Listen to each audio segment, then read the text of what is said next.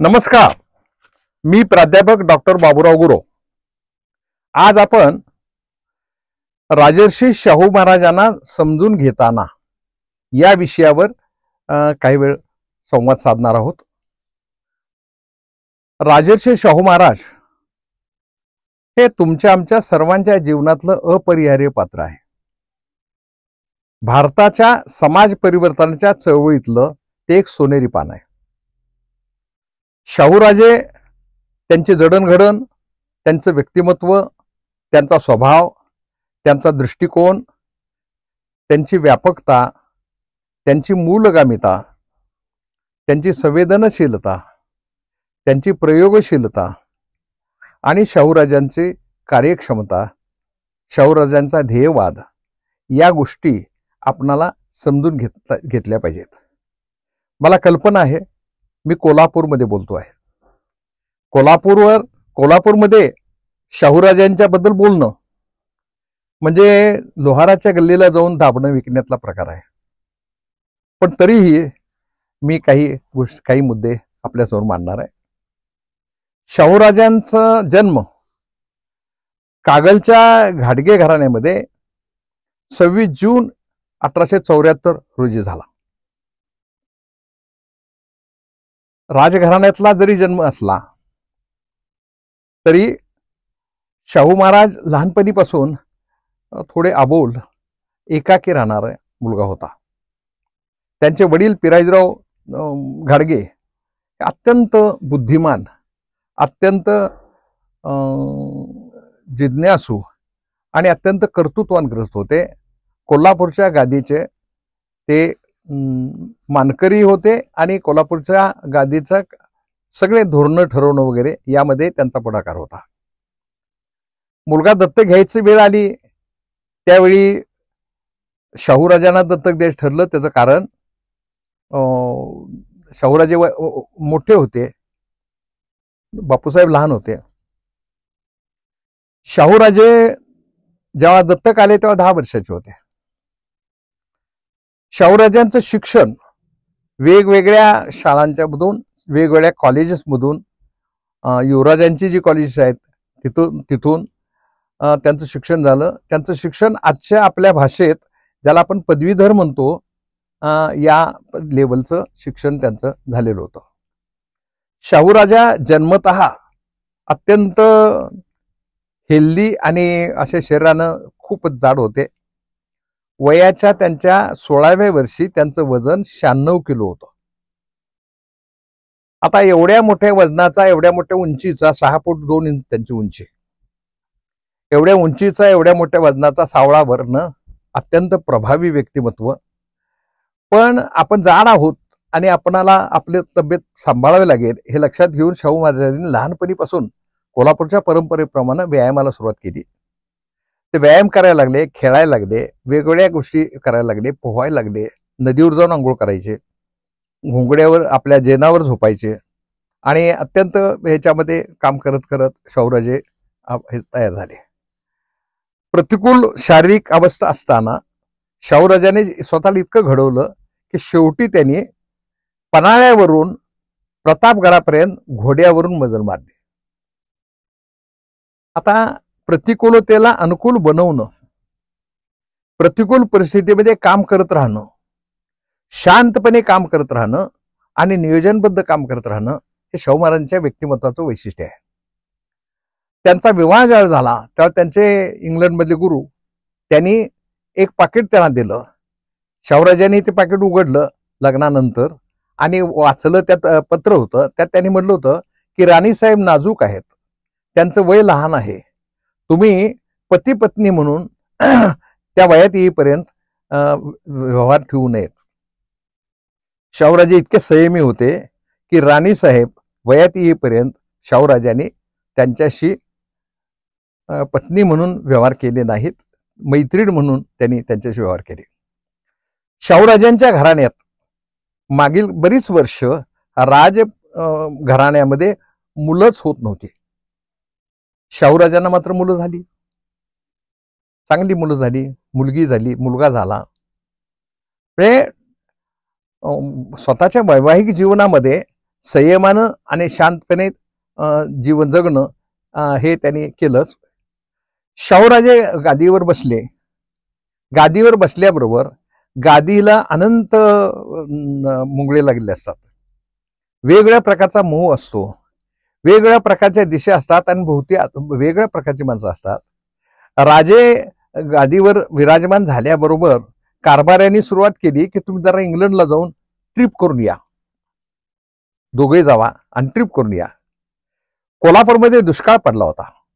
खरं तर कोल्हापूरचं वातावरण हे दुष्काळाचं नाही आहे. कोल्हापूरमध्ये पाऊस ज्यादा पडतो, चांगला पडतो. कोल्हापूरची जमीन सुपीक आहे, पण तरी कोल्हापूरमध्ये दुष्काळ पडलाय याचं भान शाहूराजांना होतं.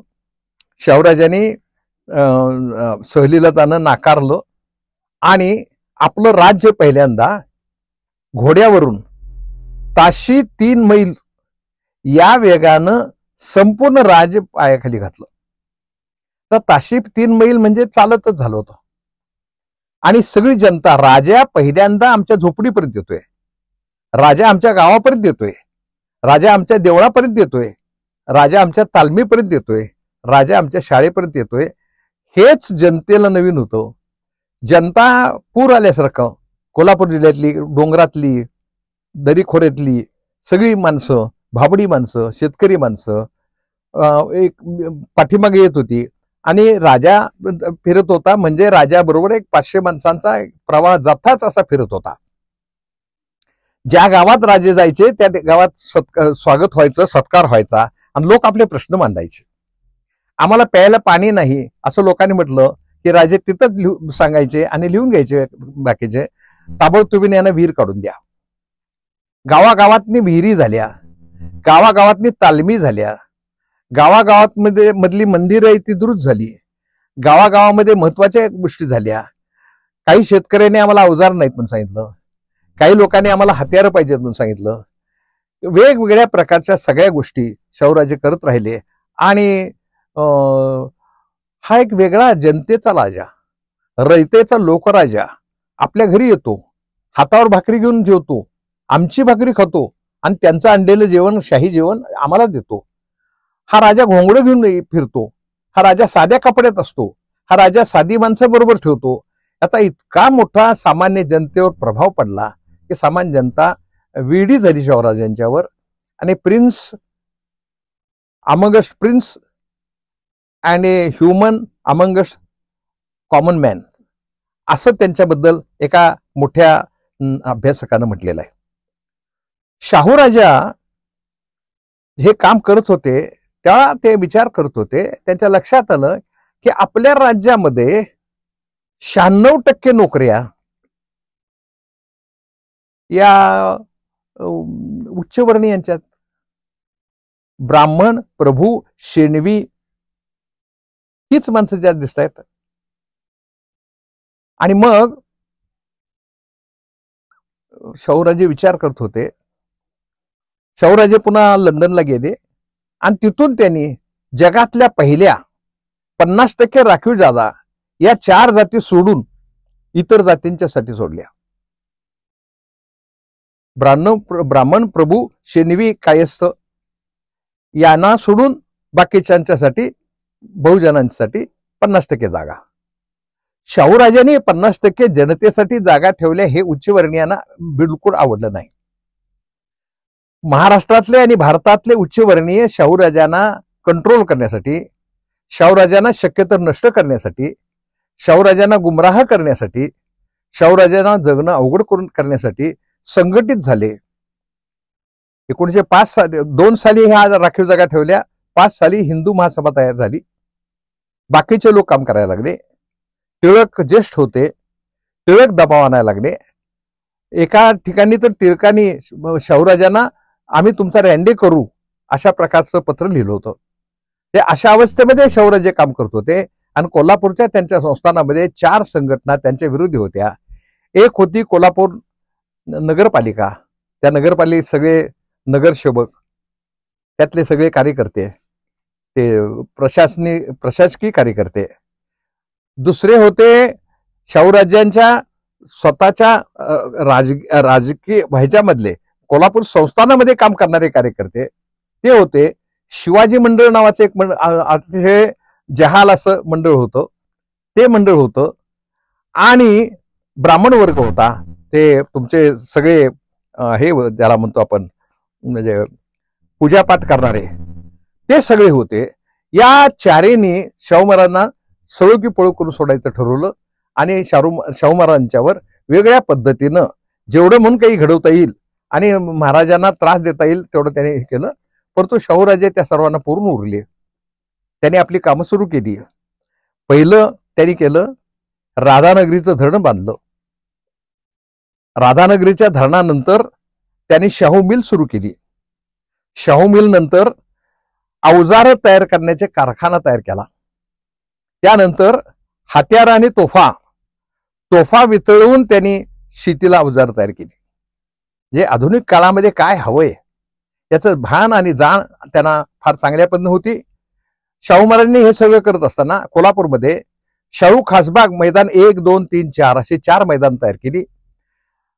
शाहू खासबाग कुस्तीचं मैदान, फुटबॉलचं मैदान, मर्दानी खेळाचं मैदान, हत्तीखाना अशा प्रकारचे खेळाचे सगळे हे त्यांनी तयार केले आणि जगामध्ये गाजणारे खेळाडू कोल्हापूरमधून तयार झाले. कोल्हापूरमध्ये चित्रनगरी उभी राहिली. या चित्रनगरीला शाहूराजांनी पूर्णपणे पाठिंबा दिला आणि एका वेगळ्या पद्धतीनं ती चित्रनगरी भरभराटेला लागली.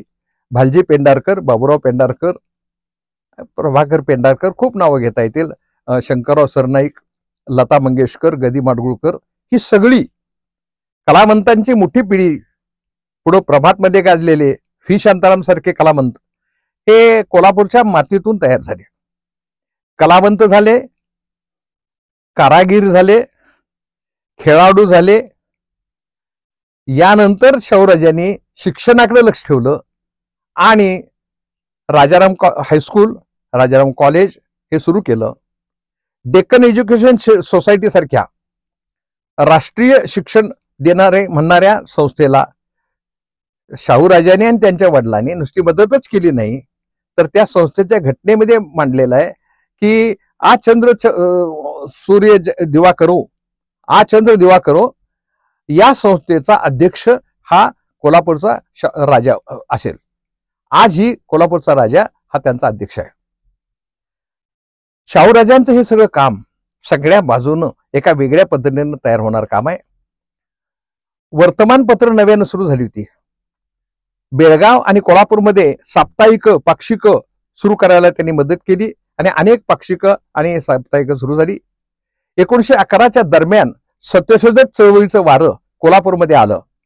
भास्करराव जाधव आणि अण्णासाहेब लट्टे यासारखे मोठे शाहूराजांचे मंत्री, पण त्यांनी ते आपल्या ह्याच्यात घेतलं आणि सत्यशोधक चळवळीचं काम फार चांगल्या पद्धतीनं इथं तयार झालं. हे काम तयार करत असताना डॉक्टर बाबासाहेब आंबेडकर माणगावला परिषदेसाठी आले आणि त्या परिषदेमध्ये शाहूराजांनी तुमचा पुढारी मी आता तुम्हाला दिलाय, तुम्ही त्याच्या पाठीमागे उभा राहा अशा प्रकारचं आवाहन सगळ्या लोकांना केलं आणि त्यातून बाबासाहेब आंबेडकरांसारखा मोठा नेता उभा राहिला. शाहूराजांनी बाबासाहेब आंबेडकरांना विनंती केली, पन्हाळ्याला 4 दिवस विश्रांती घ्या. तिथं भेट झाल्यानंतर शाहू महाराज म्हणाले की मी काहीतरी तुम्हाला मदत करू इच्छितो, तुम्हाला काय पाहिजे बोला. बाबासाहेब म्हणजे मला प्रेस पाहिजे, प्रिंटिंग प्रेस. शाहूराजांनी टिळकांच्याकडची प्रिंटिंग प्रेस काढून घेतली आणि ती बाबासाहेबांना दिली आणि टिळकांना नवी प्रेस दिली. महात्मा गांधी त्यावेळा भारतात नुकतेच आले होते 16 साली. महात्मा गांधी यांची स्वातंत्र्य चळवळ आणि जहाल स्वातंत्र्य चळवळ चालली होती, त्या चळवळीलाही शाहूराजांनी शांतपणे मदत केली. आमचे काकासाहेब खाडिलकर यांनी कौलाचा कारखाना काढतो म्हणून आसाममध्ये हत्यारांचा कारखाना काढला होता आणि त्याला मदत शाहूराजांनी केली होती. थोडक्यात हा राजा एक वेगळ्या प्रकारचा मोठा राजा होता, सर्वव्यापी होता, दृष्टिकोन त्यांचा हे होता. ब्रिटिशांच्या पुढे त्यांनी भारतातला पहिला माणूस आहे 1919 साली शाहूराजांनी जाती निवाडा मागितला. महाराजांची तब्येत फारशी सरळ राहिली नाही आणि 22 साली 6 मे रोजी महाराज आपणाला सोडून गेले. पण महाराजानंतर रामस्वामी पेरियार यांनी जाती निवाड्याचा प्रश्न आपल्याकडे घेतला आणि पेरियार हे शाहूराजानंतर भारताच्या समाज परिवर्तनाच्या चळवळीचे पेरियार हे चॅम्पियन झाले. शाहूराजे महात्मा ज्योतिराव फुले यांचा श्वास आपल्या राज्यामध्ये आणि आपल्या भारतामध्ये यशस्वीपणे प्रत्यक्षात व्यवहारात यावा यासाठी प्रयत्न करणारे महान राजे होते. शाहूराजांच्या प्रोत्साहनानं बाबासाहेब आंबेडकर 1907 साली मॅट्रिक पास झाले. त्यावेळा शाहूराजे स्वतः बीडीडी चाळीमध्ये 54-55 नंबरच्या खोलीमध्ये स्वतः त्यांना भेटायला गेले आणि दलिताच्या पहिल्या मॅट्रिक पास झालेल्या मुलाचं कौतुक त्यांनी केलं. रमाईच्या हस्ते चहा घेतला आणि त्याला पाठिंबा ह्यांना दिला, आंबेडकरांना.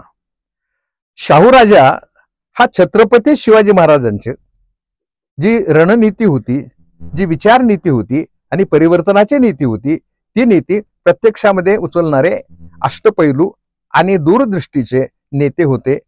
आणि म्हणून आज आपण कोल्हापूरमध्ये संपन्नता पाहतोय. आपल्या भारताची घटना लिहिताना डॉक्टर बाबासाहेब आंबेडकरांच्या विचारामध्ये शाहूराजांचे विचार आणि शाहूराजांचे प्रयत्न आलेले आहेत. शाहूराजांचे आज्ञापत्र जर पाहिले आपण, त्यांचे जर त्यांनी केलेले कायदे पाहिले, मुलं आणि मुली यांना सक्तीचं पूर्ण वेळचं संपूर्ण शिक्षण हे फ्री मिळालं पाहिजे या प्रकारचे कायदे त्यांनी केले.